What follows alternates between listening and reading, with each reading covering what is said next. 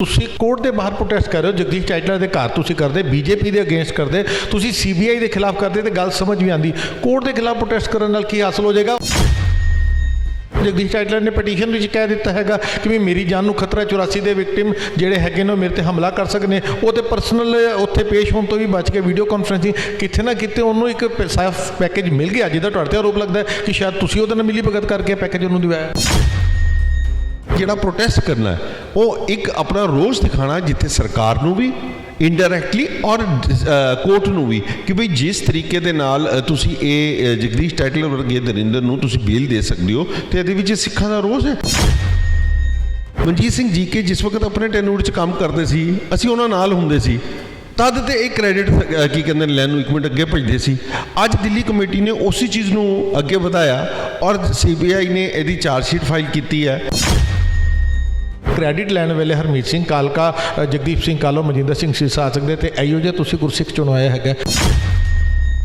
ਅਗਰ ਤੁਹਾਡੇ ਰਿਕਮੈਂਡ ਕਰਨ ਦੇ ਨਾਲ, ਤੁਹਾਡੇ ਕਹਿਣ ਦੇ ਉੱਤੇ ਇਹੋ ਜਿਹੇ ਬੰਦੇ ਚੁਣੇ ਜਾ ਰਹੇ ਨੇ, ਤੇ ਫਿਰ ਤੇ ਸਿੱਖੀ ਦਾ ਰੱਬ ਹੀ ਰੱਖਾ। ਇਹ ਕਿਸੇ ਅਕਾਲ ਤਖਤ ਦਾ ਜਥੇਦਾਰ ਨਹੀਂ ਲੱਗ ਰਿਹਾ, ਕੋਈ ਗ੍ਰੰਥੀ ਨਹੀਂ ਲੱਗ ਰਿਹਾ, ਇੱਕ ਐਡਮਿਨਿਸਟ੍ਰੇਟਰ ਹੈ। ਉਹਦੇ ਘਰ ਦੀਆਂ 100 ਉਹਦੀਆਂ ਪਰਸਨਲ ਫੋਟੋਗ੍ਰਾਫਸ ਹੋ ਸਕਦੀਆਂ ਨੇ, ਇੰਨੀ ਡੈਪਥ 'ਚ ਜਾ ਕੇ ਨਹੀਂ।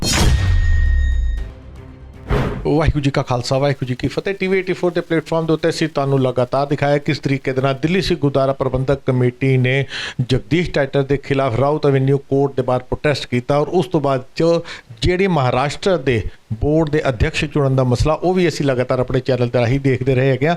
ਮਗਰ ਹੁਣ ਸਤਵੀਰ ਸਿੰਘ ਨਾਮ ਦੇ ਜਿਹੜੇ ਸਿੱਖ ਅਫਸਰ ਨੂੰ ਡਿਊਟੀ ਦੇ ਉੱਤੇ ਲਗਾ ਦਿੱਤਾ ਗਿਆ, ਉਸ ਤੋਂ ਬਾਅਦ ਰਾਜਨੀਤੀ ਹੋਰ ਗਰਮਾ ਚੁੱਕੀ ਹੈ। ਇਹ ਸਾਰੇ ਮਸਲਿਆਂ ਦੇ ਉੱਤੇ ਅੱਜ ਗੱਲ ਕਰਨ ਦੇ ਲਈ ਅਸੀਂ ਦਿੱਲੀ ਸਿੱਖ ਗੁਰਦੁਆਰਾ ਪ੍ਰਬੰਧਕ ਕਮੇਟੀ ਦੇ ਪ੍ਰਧਾਨ ਸਾਹਿਬ ਹਰਮੀਤ ਸਿੰਘ ਕਾਲਕਾ ਕੋਲ ਪਹੁੰਚੇ ਹਾਂ। ਗੱਲ ਦੀ ਸ਼ੁਰੂਆਤ ਫਤਿਹ ਦੀ ਸੰਤੋ ਕਰਨਾ। ਹਰਮੀਤ ਸਿੰਘ ਜੀ, ਵਾਹਿਗੁਰੂ ਜੀ ਕਾ ਖਾਲਸਾ, ਵਾਹਿਗੁਰੂ ਜੀ ਕੀ ਫਤਿਹ ਜੀ। ਹਰਮੀਤ ਸਿੰਘ ਜੀ, ਤੁਸੀਂ ਦਾਅਵੇ ਕਰਦੇ ਹੋ ਕਿ ਤੁਸੀਂ ਦਿੱਲੀ ਸਿੱਖ ਗੁਰਦੁਆਰਾ ਪ੍ਰਬੰਧਕ ਕਮੇਟੀ ਦੇ ਪ੍ਰਧਾਨ ਦੇ ਤੌਰ ਦੇ ਉੱਤੇ ਬੜੇ ਅੱਛੇ ਕੰਮ ਕਰ ਰਹੇ ਹੋ, ਮਗਰ ਆਪੋਜੀਸ਼ਨ ਦੇ ਵੱਲੋਂ ਬੜੇ ਵੱਡੇ ਆਰੋਪ ਤੁਹਾਡੇ ਤੇ ਲਗਾਏ ਜਾ ਰਹੇ ਹੈਗੇ ਨੇ। ਖਾਸ ਕਰਕੇ ਅਗਰ ਅਸੀਂ ਜਗਦੀਸ਼ ਟਾਈਟਲਰ ਦੀ ਗੱਲ ਕਰ ਰਹੇ ਹਾਂ, ਤੁਸੀਂ ਪ੍ਰੋਟੈਸਟ ਕੀਤਾ, ਬੜਾ ਵੱਡਾ ਪ੍ਰੋਟੈਸਟ ਕੀਤਾ, ਮਗਰ ਅੱਜ ਮਨਜੀਤ ਸਿੰਘ ਜੀ ਕੇ ਤੁਹਾਡੇ ਉੱਤੇ ਇਲਜ਼ਾਮ ਲਗਾ ਰਹੇ ਨੇ ਕਿ ਤੁਸੀਂ ਪਰਦੇ ਦੇ ਪਿੱਛੇ ਕਿਤੇ ਨਾ ਕਿਤੇ ਜਗਦੀਸ਼ ਟਾਈਟਲਰ ਦੇ ਨਾਲ ਮਿਲੀ ਭਗਤ ਕਰਕੇ ਉਹਨਾਂ ਨੂੰ ਬਚਾ ਰਹੇ ਹੈਗੇ ਹੋ, ਕਿਉਂਕਿ ਕੋਰਟ ਦੇ ਬਾਹਰ ਪ੍ਰੋਟੈਸਟ ਕਰਨ ਦਾ ਕੋਈ ਲੌਜਿਕ ਨਹੀਂ ਸੀ। ਤੁਹਾਡਾ ਇਸ ਆਰੋਪ ਦੇ ਉੱਤੇ ਕੀ ਕਹਿਣਾ ਹੈ? ਦੇਖੋ, ਮੈਂ ਸਰਦਾਰ ਮਨਜੀਤ ਸਿੰਘ ਜੀਕੇ ਦੀ ਗੱਲ ਦਾ ਕੀ ਜਵਾਬ ਦੇਵਾਂ। ਸਾਰੀ ਦੁਨੀਆ ਕੀ ਜਾਣਦੀ ਹੈ ਕਿ ਮਨਜੀਤ ਸਿੰਘ ਜੀਕੇ ਕਿਸ ਮਾਨਸਿਕ ਦਾ ਬੰਦਾ ਹੈ, ਔਰ ਉਹਨੇ ਹਰ ਗੱਲ ਦੇ ਵਿੱਚ ਕਿਧਰੇ ਨਾ ਕਿਧਰੇ ਆਪਣੀ ਰਾਜਨੀਤੀ ਕਰਨੀ ਹੈ। ਮਗਰ ਇਹ ਨਹੀਂ ਪਤਾ ਉਹਨਾਂ ਨੂੰ ਕਿ ਇਹ ਜਿਹੜਾ ਇਸ਼ੂ ਹੈ ਇਹ ਰਾਜਨੀਤੀ ਦਾ ਨਹੀਂ ਹੈ, ਇਹ ਸਿੱਖਾਂ ਦੀ ਭਾਵਨਾਵਾਂ ਦਾ ਹੈ, ਔਰ ਸਿੱਖਾਂ ਦੇ ਉਸ ਕਤਲੇਆਮ ਦੇ ਬਾਰੇ ਹੈ ਕਿ ਅੱਜ ਜਿਹਨੂੰ ਭੋਗਦੇ ਹੋਏ 39 ਸਾਲ ਹੋ ਗਏ ਨੇ। ਘੱਟ ਤੋਂ ਘੱਟ ਇਸ ਟੌਪਿਕ ਦੇ ਉੱਤੇ ਤੇ ਤੁਸੀਂ ਰਾਜਨੀਤੀ ਬੰਦ ਕਰੋ।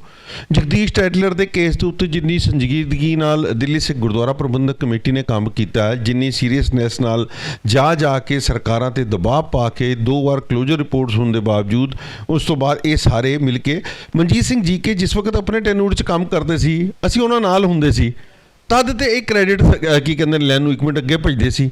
ਅੱਜ ਦਿੱਲੀ ਕਮੇਟੀ ਨੇ ਉਸੇ ਚੀਜ਼ ਨੂੰ ਅੱਗੇ ਵਧਾਇਆ ਔਰ ਸੀਬੀਆਈ ਨੇ ਇਹਦੀ ਚਾਰਜਸ਼ੀਟ ਫਾਈਲ ਕੀਤੀ ਹੈ, ਔਰ ਇਹ ਕੰਮ ਜਿਹੜੇ ਨੇ ਇਹ ਸੀਬੀਆਈ ਦਾ ਜਾਂ ਕੀ ਕਹਿੰਦੇ ਨੇ ਕੋਰਟਾਂ ਦਾ। ਇਹਦੇ ਵਿੱਚ ਦਿੱਲੀ ਕਮੇਟੀ ਦਾ ਕੋਈ ਲੈਣਾ ਦੇਣਾ ਨਹੀਂ ਹੈ।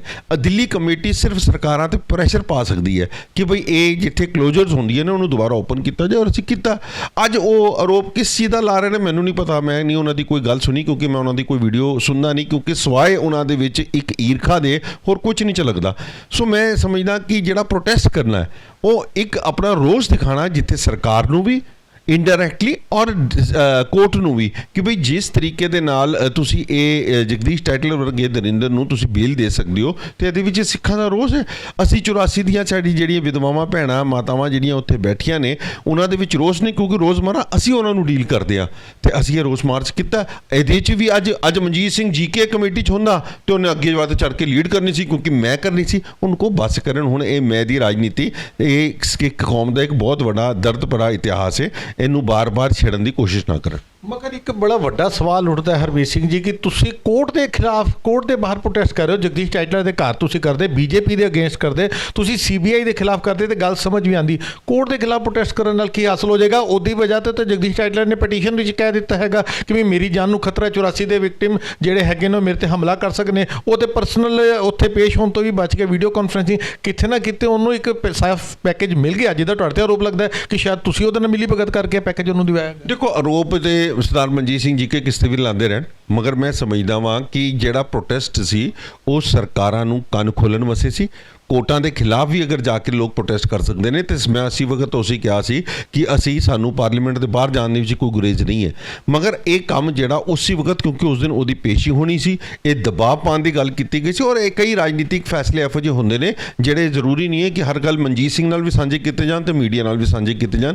ਮਗਰ ਇਸ ਗੱਲ ਦੇ ਉੱਤੇ ਸਾਡੀ ਪੂਰੀ ਟੀਮ ਜਿਹੜੀ ਹੈ ਤਨਦੇਹੀ ਦੇ ਨਾਲ ਆਪਣੀ ਜ਼ਿੰਮੇਵਾਰੀ ਨਿਭਾ ਰਹੀ ਹੈ। ਔਰ ਮਨਜੀਤ ਸਿੰਘ ਵਰਗੇ ਬੰਦੇ ਨੂੰ ਜਿਹੜਾ ਆਰੋਪੀ ਹੈ ਇਹ ਗੁਰੂ ਘਰ ਦਾ ਸਭ ਤੋਂ ਵੱਡਾ, ਉਹਨੂੰ ਜਵਾਬ ਦੇਣਾ ਮੈਂ ਮੁਨਾਸਿਬ ਨਹੀਂ ਸਮਝਦਾ। ਅਗਰ ਅਸੀਂ ਗੱਲ ਕਰਨੇ ਹਜੂਰ ਸਾਹਿਬ ਬੋਰਡ ਦੀ, ਤੁਹਾਡੀਆਂ ਕੱਲ ਔਰ ਪਰਸੋਂ ਦੇ ਦਿਨ ਪਿਛਲੇ 2 ਦਿਨਾਂ ਦੀ ਗੱਲ ਕਰੀਏ, ਫੋਟੋਆਂ ਵਾਇਰਲ ਹੁੰਦੀਆਂ ਨੇ ਮਨਜਿੰਦਰ ਸਿੰਘ ਸਿਰਸਾ ਦੇ ਨਾਲ। ਤੁਸੀਂ ਮਹਾਰਾਸ਼ਟਰ ਜਾਂਦੇ ਹੈਗੇ ਹੋ, ਤੁਸੀਂ ਉੱਥੇ ਦੇ ਜਿਹੜੇ ਮੁੱਖ ਮੰਤਰੀ ਉਹਨਾਂ ਦਾ ਧੰਨਵਾਦ ਕਰਦੇ ਹੈਗੇ ਹੋ ਕਿ ਇੱਕ ਨੌਨ ਸਿੱਖ ਨੂੰ ਹਟਾ ਕੇ ਹਜੂਰ ਸਾਹਿਬ ਕਮੇਟੀ ਦਾ ਜਿਹੜਾ ਅਧਿਅਕਸ਼ ਹੈਗਾ, ਉਹਦਾ ਜਿਹੜਾ ਹੈਡ ਹੈਗਾ, ਉਹ ਸਤਬੀਰ ਸਿੰਘ ਨਾਮ ਦੇ ਇੱਕ ਸਿੱਖ ਨੂੰ ਬਣਾ ਦਿੱਤਾ ਗਿਆ। ਮਗਰ ਅੱਜ ਸੋਸ਼ਲ ਮੀਡੀਆ ਦੇ ਉੱਤੇ ਉਸ ਸਤਬੀਰ ਸਿੰਘ ਦੀਆਂ ਹੀ ਫੋਟੋਆਂ ਵਾਇਰਲ ਹੋ ਰਹੀਆਂ ਨੇ ਕਿ ਉਹ ਪਤਿਤ ਪਰਿਵਾਰ ਦੇ ਨਾਲ ਨੇ, ਉਹਨਾਂ ਦਾ ਆਪਣਾ ਜਿਹੜਾ ਪਰਿਵਾਰ ਹੈ ਉਹ ਨੌਨ ਸਿੱਖ ਹੈਗਾ, ਸ਼ਰਾਬ ਪੀਂਦੇ ਦੀ ਫੋਟੋ ਵਾਇਰਲ ਹੋ ਰਹੀਆਂ ਨੇ। ਪਰਮਜੀਤ ਸਿੰਘ ਸਰਨਾ ਨੇ ਪ੍ਰੈਸ ਨੋਟ ਇਸ਼ੂ ਕੀਤਾ ਹੈਗਾ ਕਿ ਅਗਰ ਕ੍ਰੈਡਿਟ ਲੈਣ ਵੇਲੇ ਹਰਮੀਤ ਸਿੰਘ ਕਾਲਕਾ, ਜਗਦੀਪ ਸਿੰਘ ਕਾਲੋ, ਮਨਜਿੰਦਰ ਸਿੰਘ ਸਿਰਸਾ ਆ ਸਕਦੇ ਤੇ ਇਹੋ ਜਿਹੇ ਤੁਸੀਂ ਗੁਰਸਿੱਖ ਚੁਣਵਾਇਆ ਹੈਗਾ। ਅਗਰ ਤੁਹਾਡੇ ਰਿਕਮੈਂਡ ਕਰਨ ਦੇ ਨਾਲ, ਤੁਹਾਡੇ ਕਹਿਣ ਦੇ ਉੱਤੇ ਇਹੋ ਜਿਹੇ ਬੰਦੇ ਚੁਣੇ ਜਾ ਰਹੇ ਨੇ ਤੇ ਫਿਰ ਤੇ ਸਿੱਖੀ ਦਾ ਰੱਬ ਹੀ ਰੱਖਾ, ਕੀ ਕਹੋਗੇ? ਸਰਦਾਰ ਪਰਮਜੀਤ ਸਿੰਘ ਸਰਨਾ ਸ਼ਾਇਦ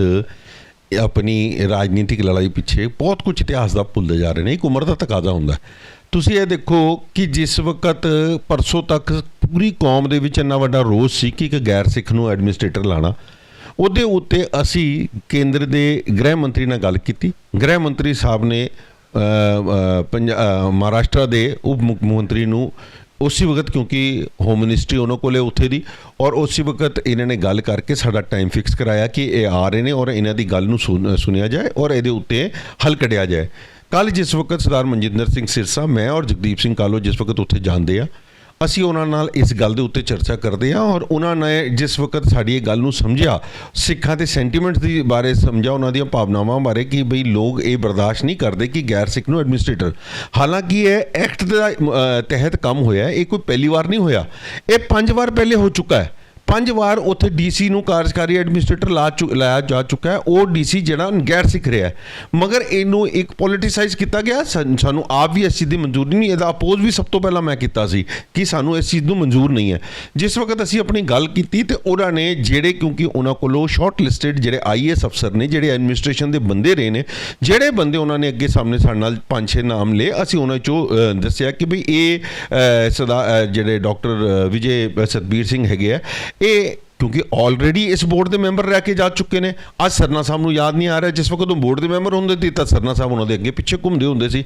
ਸੋ ਅੱਜ ਉਹਨਾਂ ਦੇ ਪਰਿਵਾਰ ਦੀਆਂ ਪੁਰਾਣੀਆਂ ਫੋਟੋਆਂ ਕੱਢ ਕੇ, ਇਹ ਕੋਈ ਜਥੇਦਾਰ ਨਹੀਂ ਲੱਗ ਰਿਹਾ ਉੱਥੇ ਦਾ ਤਖਤ ਸਾਹਿਬ ਦਾ, ਇਹ ਕਿਸੇ ਅਕਾਲ ਤਖਤ ਦਾ ਜਥੇਦਾਰ ਨਹੀਂ ਲੱਗ ਰਿਹਾ, ਕੋਈ ਗ੍ਰੰਥੀ ਨਹੀਂ ਲੱਗ ਰਿਹਾ, ਇੱਕ ਐਡਮਿਨਿਸਟ੍ਰੇਟਰ ਹੈ। ਉਹਦੇ ਘਰ ਦੀਆਂ 100 ਉਹਦੀਆਂ ਪਰਸਨਲ ਫੋਟੋਗ੍ਰਾਫਸ ਹੋ ਸਕਦੀਆਂ ਨੇ, ਇੰਨੀ ਡੈਪਥ 'ਚ ਜਾ ਕੇ ਨਹੀਂ, ਬਟ ਉਹਦੇ 'ਚ ਗੁਰਸਿੱਖੀ 'ਚ ਕੋਈ ਕਮੀ ਹੋਏ, ਉਹਨੇ ਕਿਸੇ ਆਪਣੇ ਟੈਨਿਓਰ ਦੇ ਵਿੱਚ ਮਾਨ ਮਰਿਆਦਾ 'ਚ ਕੋਈ ਕਮੀ ਲਿਆਈ ਹੋਏ ਤੇ ਅਸੀਂ ਉਹਦੇ ਬਾਰੇ ਗੱਲ ਕਰ ਸਕਦੇ ਹਾਂ ਕਿ ਕਦੀ ਉਹ ਹਾਈਲਾਈਟ ਵਿੱਚ ਇਹੋ ਜਿਹੀ ਗੱਲ ਹੈ। ਸੋ ਹਰ ਗੱਲ ਦੇ ਉੱਤੇ ਇੱਕ ਪੋਲਿਟਿਕਸ ਕਰਨੀ, ਹਰ ਗੱਲ ਨੂੰ ਸਿਰਫ ਕਿਉਂ ਕੱਲ ਪਰਸੋਂ ਤੇ ਆਪ ਇੱਕ ਸਰਕਾਰੀ ਸਰਾਂ ਦੇ ਮੈਨੇਜਰ ਕੋਲੋਂ ਜਾ ਕੇ ਉਹਨੂੰ ਮੰਗ ਪੱਤਰ ਦੇ ਰਹੇ ਨੇ ਕਿ ਸਾਨੂੰ ਉਹ ਲੈ ਕੇ ਦੇ, ਜਿਹੜੇ ਗਏ ਸੀ ਨਾ ਹੁਣੇ ਤੁਹਾਡੇ ਸਾਹਮਣੇ, ਮਤਲਬ ਇੱਕ ਸਰਕਾਰੀ ਜਿਹੜੀ ਸਰਾਂ ਹੈ ਉਹਦਾ ਮੈਨੇਜਰ, ਉਸ ਤੋਂ ਬਾਅਦ ਉਹਦੀ ਕੋਈ ਕਪੈਸਿਟੀ ਨਹੀਂ ਹੈ। ਅਰੇ ਭਾਈ, ਤੁਹਾਨੂੰ ਅਗਰ ਕੁਝ ਹੈਗਾ ਸੀ, ਤੁਸੀਂ ਘੱਟ ਤੋਂ ਘੱਟ ਹੋਰ ਕੁਝ ਨਾ ਕਰਦੇ, ਰਕਾਬਗੰਜ ਦੀ ਸਰਾਂ ਦੇ ਮੈਨੇਜਰ ਨੂੰ ਮਿਲ ਜਾਂਦੇ, ਲੱਗਦੇ ਤੇ ਸੀ ਕਿ ਤੁਸੀਂ ਪੰਥਕ ਕੰਮ ਕੀਤਾ। ਸੋ ਗੈਰ ਪੰਥਕ ਗੱਲਾਂ ਕਰਨੀਆਂ, ਗੈਰ ਬਿਨਾਂ ਸੋਚੇ ਸਮਝੇ ਬਿਆਨ ਦੇਣੇ, ਇਹ ਕੋਈ ਚੰਗੀ ਗੱਲ ਨਹੀਂ ਹੈ। ਇੰਨੇ ਇੱਕ ਸੀਰੀਅਸ ਇਸ਼ੂਜ਼ ਹੁੰਦੇ ਨੇ। ਅੱਜ ਕੌਮ ਵਧਾਈਆਂ ਦੇ ਰਹੀ ਹੈ, ਅੱਜ ਕੌਮ ਨੂੰ ਖੁਸ਼ੀ ਹੈ ਕਿ ਬਈ ਸਰਕਾਰ ਨੇ ਉਹਨਾਂ ਦੀ ਗੱਲ ਮੰਨੀ ਹੈ, ਕਿਉਂਕਿ ਅਸੀਂ ਬਿਲੀਵ ਕਰਦੇ ਹਾਂ, ਅਸੀਂ ਸ਼ੋਰ ਮਚਾਉਣ 'ਚ ਬਿਲੀਵ ਨਹੀਂ ਕਰਦੇ, ਅਸੀਂ ਡਾਇਲੌਗਸ ਉੱਤੇ ਬਿਲੀਵ ਕਰਦੇ ਹਾਂ, ਗੁਰੂ ਨਾਨਕ ਸਾਹਿਬ ਦੇ ਸਿਧਾਂਤ 'ਤੇ ਚੱਲਦੇ ਹਾਂ, ਸੰਵਾਦ ਦੀ ਗੱਲ ਕੀਤੀ ਹੈ। ਜਦ ਜਾ ਕੇ ਉਹਨਾਂ ਨੂੰ ਤੱਥਾਂ ਦੇ ਨਾਲ ਗੱਲ ਸਮਝਾਈ ਹੈ, ਉਹਨਾਂ ਨੇ ਉਸੇ ਵਕਤ ਉਹਦਾ ਫੈਸਲਾ ਲਿਆ ਔਰ ਮੈਂ ਗ੍ਰੇਸ ਇੰਨੀ ਉਹਨਾਂ ਨੇ ਸਾਡੇ ਨੂੰ ਦਿਖਾਈ ਕਿ ਸਾਨੂੰ ਉੱਠਣ ਨਹੀਂ ਦਿੱਤਾ। ਸਾਨੂੰ ਕਿਹਾ ਕਿ ਤੁਸੀਂ ਜਦ ਤੱਕ ਤੁਸੀਂ ਚਾਹ ਪੀਓ, ਜਦ ਤੱਕ ਮੈਂ ਆਰਡਰ ਟਾਈਪ ਕਰਵਾਉਂਦਾ ਵਾਂ, ਔਰ ਉਹਨਾਂ ਨੇ ਉਹ ਕੀਤਾ। ਫਿਰ ਅਸੀਂ ਉਹਨਾਂ ਦਾ ਸਤਿਕਾਰ ਕੀਤਾ ਕਿ ਬਈ ਤੁਸੀਂ ਇਹ ਸਿੱਖਾਂ ਦੀ ਭਾਵਨਾਵਾਂ ਦੀ ਕਦਰ ਕੀਤੀ, ਅਸੀਂ ਤੁਹਾਡਾ ਸਤਿਕਾਰ ਕਰਦੇ ਹਾਂ। ਸੋ ਕਿਧਰੇ ਨਾ ਕਿਧਰੇ ਹਰ ਵਕਤ ਟਕਰਾਅ ਵਿੱਚ ਰਹਿ ਕੇ ਕੌਮ ਦਾ ਨੁਕਸਾਨ ਨਾ ਕਰੀਏ। ਆਪਾਂ ਮਿਨੋਰਟੀਜ਼ ਵਿੱਚ ਬੈਠੇ ਹਾਂ, ਆਪਾਂ ਆਪਣੀ ਗੱਲ ਮਨਾਉਣ ਵਾਸਤੇ, ਠੀਕ ਹੈ ਜਿੱਥੇ ਐਜੀਟੇਸ਼ਨਸ ਦੀ ਲੋੜ ਹੈ ਉੱਥੇ ਐਜੀਟੇਸ਼ਨ ਕਰੀਏ, ਮਗਰ ਜਿਹੜੇ ਕੰਮ ਡਾਇਲੌਗਸ ਨਾਲ ਹੱਲ ਹੁੰਦੇ ਨੇ ਉਹ ਸਾਨੂੰ ਜ਼ਰੂਰ ਕਰਨੇ ਚਾਹੀਦੇ। ਇੱਕ ਆਖਿਰਲਾ ਸਵਾਲ ਦੁਬਾਰਾ ਮੈਂ 1984 ਦੇ ਲੈ ਕੇ ਆਉਂਦਾ ਹੈਗਾ। ਮੈਂ 2-3 ਦਿਨ ਪਹਿਲੇ ਸਰ ਮਨਜੀਤ ਸਿੰਘ ਜੀਕੇ ਦਾ ਇੰਟਰਵਿਊ ਵੀ ਕੀਤਾ ਹੈਗਾ 84 ਦੇ ਮੈਟਰ ਦੇ ਉੱਤੇ, ਤੇ ਇੱਕ ਸਵਾਲ ਮੈਂ ਉਹਨਾਂ ਤੋਂ ਹੀ ਪੁੱਛਿਆ ਸੀ, ਉਹ ਸਵਾਲ ਮੈਂ ਤੁਹਾਡੇ ਤੋਂ ਵੀ ਪੁੱਛਦਾ ਹੈਗਾ। 84 ਦੀ ਲੜਾਈ ਕਿਸੇ ਇੱਕ ਸਿੱਖ ਜਾਂ ਇੱਕ ਪ੍ਰਧਾਨਗੀ ਦੇ ਅੰਦਰ ਤੁਹਾਡੇ ਜਾਂ ਕਿਸੇ ਦੇ ਵੀ ਨਹੀਂ ਹੈਗੀ, ਪੂਰੀ ਕੌਮ ਦੀ ਲੜਾਈ ਹੈਗੀ ਹੈ। ਕਿਉਂ ਇੰਜ ਨਹੀਂ ਹੁੰਦਾ ਹੈਗਾ ਕਿ ਜਿੰਨੇ ਵੀ ਦਿੱਲੀ ਸਿੱਖ ਗੁਰਦੁਆਰਾ ਪ੍ਰਬੰਧਕ ਕਮੇਟੀ ਦੇ ਮੌਜੂਦਾ, ਤੁਹਾਡੀ ਵੀ ਗੱਲ ਕਰਾਂ ਤੇ ਸਾਬਕਾ ਪ੍ਰਧਾਨ ਮਨਜਿੰਦਰ ਸਿੰਘ ਸਿਰਸਾ ਦੀ ਗੱਲ ਕਰ ਲਈਏ, ਪਰਮਜੀਤ ਸਿੰਘ ਸਰਨਾ ਦੀ ਗੱਲ ਕਰ ਲਈਏ, ਮਨਜੀਤ ਸਿੰਘ ਜੀਕੇ ਦੀ ਗੱਲ ਕਰ ਲਈਏ, 84 ਦੀ ਲੜਾਈ ਵੇਲੇ ਸਾਰੀਆਂ ਪਾਰਟੀਆਂ, ਸਾਰੀਆਂ ਧਿਰਾਂ ਇੱਕ ਪਲੇਟਫਾਰਮ ਤੇ ਇਕੱਠੇ ਹੋ ਕੇ 84 ਦੀ ਲੜਾਈ ਕਿਉਂ ਨਹੀਂ ਲੜ ਸਕਦੀ? ਦੇਖੋ, ਨਹੀਂ ਲੜ ਸਕਦੀ ਕਿਉਂਕਿ ਹਰ ਇੱਕ ਦਾ ਆਪਣਾ ਆਪਣਾ ਪਰਸਨਲ ਇੰਟਰਸਟ ਹੈ। ਸਰਦਾਰ ਪਰਮਜੀਤ ਸਿੰਘ ਸਰਨਾ 84 ਦੀ ਗੱਲ ਕਿੱਥੇ ਕਰ ਸਕਦੇ ਆ?